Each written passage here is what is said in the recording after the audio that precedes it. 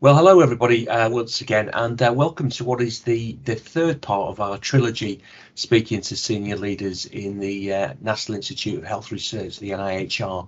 You recall we've heard from Louise Wood about a general overview of the Institute's work, and also James Richards from NOCRI about how the wonderful signposting that bit of the organisation does. Delighted to be joined today by Mike Lewis, and we're going to drill down into a couple of the NIHR programmes that we think might be of particular interest to ABHI members. So Mike, thanks for joining us today. We're recording this towards the back end of March now. I always start with this question because people are interested. I know you wear a number of hats, so just tell us a little bit about your background and where you fit in the wider picture. Well, I come from the dark side, really, because I've done 30 years working for medical device, biotech, pharma, dental and digital healthcare companies. And I only joined the NIHR exactly 1 year ago as of April 1st, which is an auspicious day. In addition to working for NIHR now, looking after the ABHI program, I also look after the SBRI healthcare program for NHS England. And I think I sort of fell into the NIHR job really for some of the work I was doing at University of Birmingham, where I'm a professor of life science innovation, working for the medical and dental school there, where I've been for a couple of years now. So a large background in industry and now academia, plus working for the NIHR, plus I have a couple of little companies as well, a couple of little startups. Always good to keep your hand in, isn't it? It is, Mike, indeed. And 1st of April, as you say, an auspicious day. NICE came into being on the 1st of April. I didn't know that. That's interesting. So yeah, well, a lot of things do, I think, because of the financial year. So let's talk about a couple of programs. You mentioned the SBRI, members will be familiar with that, but I think we're going to talk today about the ABHI program, which has been around for a while, and a new program, FAST. Yeah. Okay. Yeah, there's the ABHI program, Invention for Innovation, has been going now for about 14-15 years, and it's now composed of 3 programs outside of the FAST program. And it's the main program is something called PDA, Product Development Award, which is run twice a year. That's open to everybody, and projects last up to 36 months. And there is no cap on the amount of money you can ask for. As long as you can justify it, you can ask for whatever you want, but within reason. Then we have Challenge, which is usually a theme-led program. So we pick some of the key themes, like the ones in the life science vision, where you're talking about things like respiratory or cardiovascular or obesity. So that's open once again, but it's theme-led. Then we have a Connect program, which is just for SMEs, which is probably the young baby of the programs, really, open to SMEs, but the awards are limited to a smaller amount. There is a cap on the amount. But these programs have been going for quite a while now. If I look back, we've probably invested over £200 million into the ABHI program as it's gone along. One other thing I'd say as well, Challenge and Connect, they run once a year. PDA runs twice a year. So you have a double dip to get some hands on some government money to help your innovation. Great. We're going to put the link in that goes alongside this as well, obviously. But just any words of sage advice for companies who are thinking about applying? I would, if you've got an idea and you want to apply, I would always get in touch with the ABHI program managers or program office, because the worst thing you can do is spend a lot of time writing an application, find out for some reason you're out of scope or it's the wrong area, or there's a different program you should apply for. Have a conversation with them. There's some really good people there who've been running the programs for a lot longer than I've been in charge. They can give you some advice and say, yep, this sounds suitable, doesn't sound suitable. They can't tell you about competition, but they can tell you whether your unique application should sit there. They won't be able to critique your application because that's your own work. So first tip is always speak to the program office. Second tip as well is, before I went to the ABHI program and SBRI, I sat on lots of grant panels, Biomedical Catalyst, SBRI.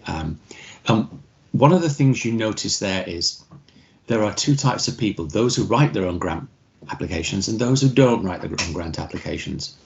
And it's very, very obvious when you're reviewing them, particularly face-to-face. So if your program has a face-to-face component, make sure that you've had a heavy hand in writing that application, because it's what happens is you tend to end up with a really good application, professionally grant written, but then when you come to interview, it becomes a little bit disjointed.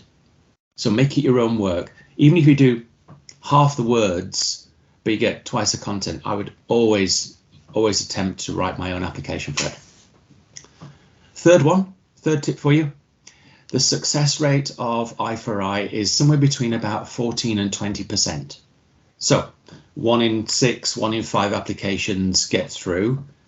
And the best thing I can recommend for you is, if you don't get through on the first time, what's that thing? Try again. Because your applications will get better. You will get feedback from the program office and also from all the panels that I have. They will give you feedback and tell you where it went wrong. So you can change it, you can adapt it, and you can make it better the next time. And I see people writing applications and they may fail once or twice. Then on the third time, they get a really good application in, and it gets funded for 7-figure sums of money. So if you don't get in, treat it as a learning experience. If you don't get in the first time, listen to the feedback. And if you don't get in the first, second or third time, just keep going, because the money's there for really good innovations. That's great, Mike. Thanks for that, and good advice. I mean, we've had feedback from companies. These programs are all very, very well run, and there's enormous utility in just going through the processes you've identified, and the learnings that come with that. So, Mike, tell us about the FAST program. Then this is a relatively new program. It is. It's FAST stands for, everybody's got an acronym, haven't they? Funding at the Speed of Translation. I tell you what happened. From my experience sitting on grant panels, I used to see that from the time you sort of put out a competition to the time you get your application in, the subcommittees and the committees and all those things, it can take 9 months to get your application, to get to the point where money's given to you. And that was really frustrating. In the times of COVID as well, we saw that in the US and in the UK, we were able to move a lot faster, get things done a lot faster. So how could we put together a program which addresses the needs of a faster grant cycle? And that's what we looked at with FAST.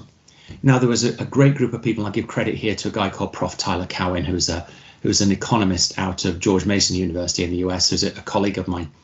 And we looked at some of the work he did on FAST grants in the US. He was funded by people like Jack Dorsey, Elon Musk, Zuckerberg, Chan. They gave him private funding for it. But he put in place a FAST grant mechanism. So what I've done is I've taken all the best elements out of the US program.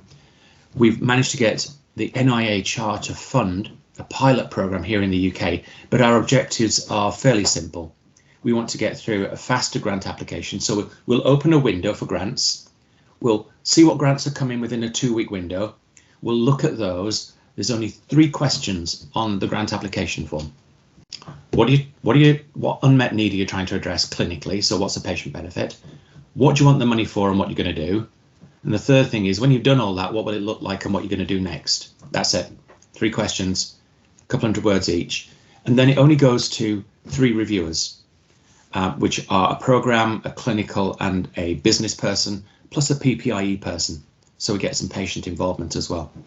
If those 4 people say yes, you're in, you're done. So time from application to getting funds, actually getting funds in your bank, is 6 to 8 weeks. And I will pay you 90% of your funds in advance, so that there's no problems with cash flow. You don't have to worry about having the money to, let's say, engage a packaging expert or engage a regulatory consultant. You get the money up front. And then for reporting, there's a report at the end of it, and that's about it. Now, it means that you can use these funds to address a single question.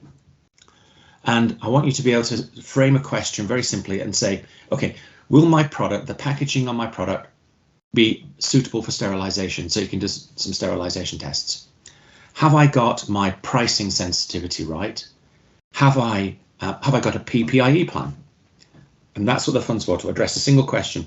And that question could be the difference between you crossing that valley of death and getting more funding or external funding or not.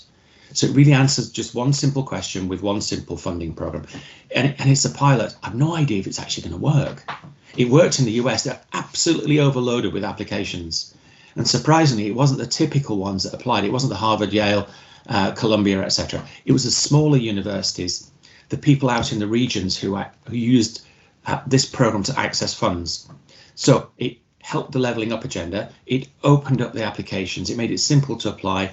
And I'm going to make this open to everybody. It's going to be open to SMEs, of course, open to universities, NHS, love my NHS colleagues, but not just in secondary care to come forward. I like to see them in primary care and social care and community care. I'm going to open it up as well for local authorities as well, because they are very short of grant forms to apply for, and they're looking after a lot of social care. So let's open it up for local authorities as well. Mike, that's an absolutely fabulous initiative, and we wish you all the best with it. Obviously, we'll push this out through our channels as usual. Again, I'm sure your advice from the previous question holds for this as well, and there will be people that they can talk to. So, Mike, that's great. Well, nothing more for me to thank you for your time today, and we should do this again, and maybe a few months down the line we can do a wash up for everyone on where you've got to with FAST and how the other programs are coming along as well. Love to. Thank you, Richard.